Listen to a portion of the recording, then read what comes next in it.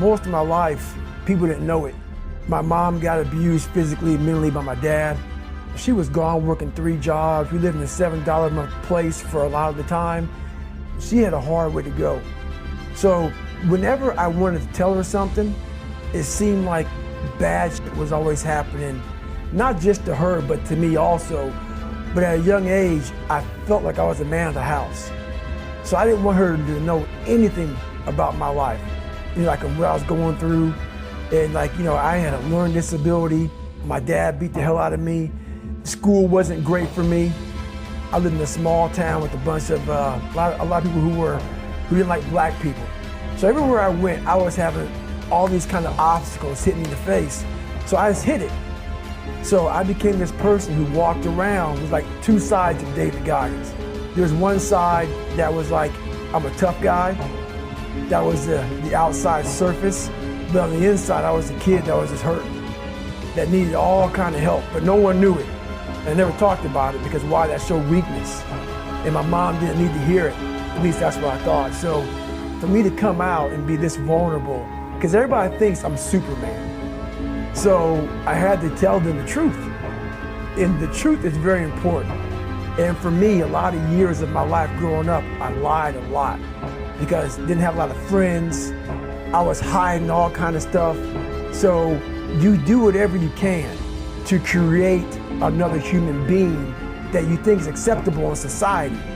And when I did that, all that came out was a bunch of lies, a bunch of filth, a bunch of nothing. So for me to come out and write a book about the real David Goggins, it was tough.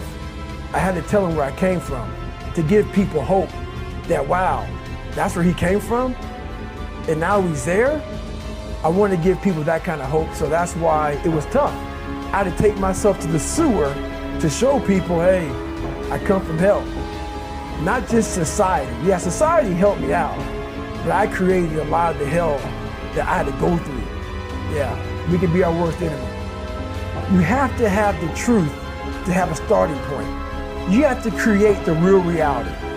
Where the f am I going to start from? Once you come face to face with who you are, you have a starting point.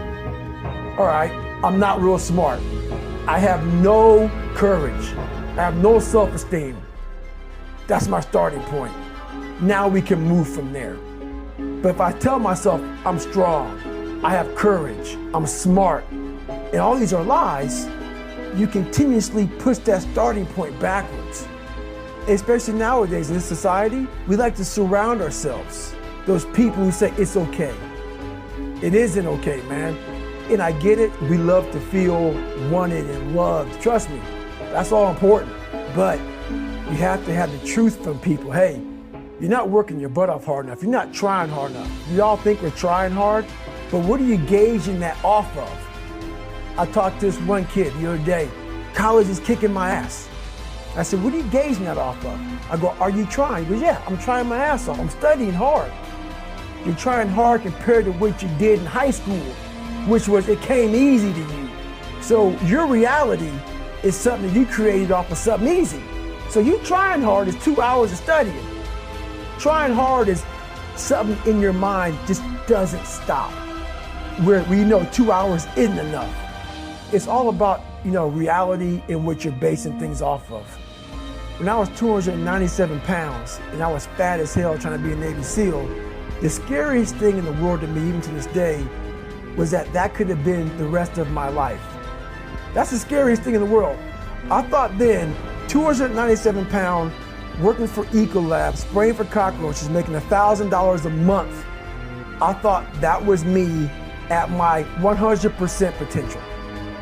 A few years later, I wasn't anywhere near that. 106 pounds less. Looking back on that, that was me trying hard. What is in us, we have no idea until we start trying hard. Where you're obsessed with, hey, this is my new norm. It's not always meant to be fun. And that's when you know you're trying hard. There's a great quote, I think it's by this guy named Richard Feynman, who says, the first principle is that you must not fool yourself, and you're the easiest person to fool. So we construct these Disneyland realities in our brain, right? Feed it back to ourselves. You don't have two people. We have the easy voice, which is that 20% telling yourself that you're easy at 90% of my full potential, maybe 100% at that 20%. That's that voice that we all love. That's that mommy holding you saying it's going to be okay. Doesn't care how good you are, just loves you. That's where you want to be at. This other voice that we walk very far away from is a voice saying, hey man, you ain't doing shit. So we try to get this voice out of our head completely. So what you have to do first is turn up this voice over here. The voice saying things to you that aren't nice. People take this the wrong way in this new society. I'm not saying to put yourself down. I'm saying listen to the truth. The truth is in this other part of your brain saying, look man, you're wasting a bunch of percentage here. We have 80 more percent that we're not tapping into because in this other 80% is suffering, pain, failure, self-doubt, darkness, and then a whole bunch of light. But to get to this light, you gotta go through all of this shit.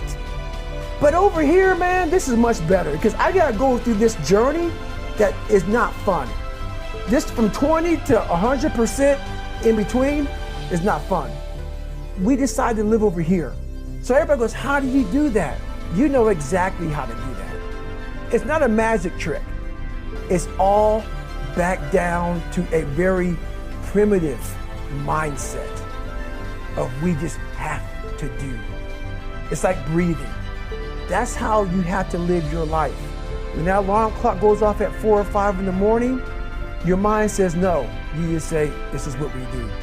Because to get to where you want to go, the amount of pain involved, I'm not saying you got to break yourself off, the amount of mental pain of how many times you're going to have to do something that you don't want to do to get to where you want to go. There's going to be more times you do something that you don't want to do than you are going to want to do. That's your new norm. And then once you do this over and over and over again, it becomes like breathing. So if you really want it, you realize what trying is and what trying is not. Once again, I have to say it very loud and clear, I'm not about being a masochist, but what I found when I was 297 pounds, so I'm not a guy that read a book and said, oh, they're the answers. It came from me putting myself on the hot seat. Okay, 297 to get to 187, this is where my mind went to go through 3 hell weeks, to run 205 miles, to do 4,030 pull-ups. And I'm a natural born fat guy. I was lazy, that's who I am. I'm a guy that likes to sit back, watch TV, and eat pizza. Like everybody, so that's the mama voice. That voice got me to 297 pounds. Whatever I wanted, I did. And that's where I started seeing myself get further and further away from my true self. And your true self is found, honestly, in that very uncomfortable zone. I had this haunting voice in the back of my head. A lot of us have it. We just ignore it. So I knew in the back of my mind that I could pull off this whatever. I knew I could. I knew that, but I was afraid of the work. Because I wasn't gifted with brains, I wasn't gifted with God-given talent. So I knew to get to where I had to go, I knew the work was gonna be something that I didn't want to even attack. So I would just put it off. The voice in my head said, you know what, man, you're gonna die never even trying to reach your full potential. And how's that gonna feel? I believe that your mind lives forever. I'm gonna be haunted by the mere fact that I literally that's what I was. So whatever heaven or hell is, you're in hell the rest of your life. It was a huge sin. I'm gonna sit here and just be a comfortable man. I'm not even gonna try.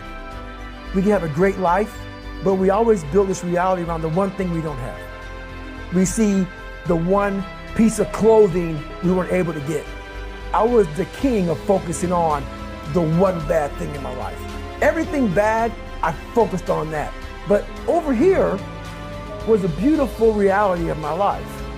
Even though I came from nothing, where I could have taken my mind for the possibilities of where I can go, if I work harder.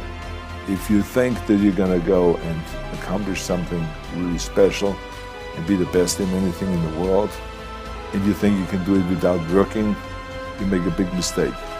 If you're not willing to work hard, forget about it. Because here's what you don't want to ever do. Kid yourself. You know, kid your neighbor and kid me and kid the marketplace if you want to, but gosh, you can't kid yourself. With your fingers crossed hoping you'll arrive at a good destination when you're not even headed that way. You've got to ask yourself often, am I? Am I doing the disciplines that are taking me in the direction that I want to go?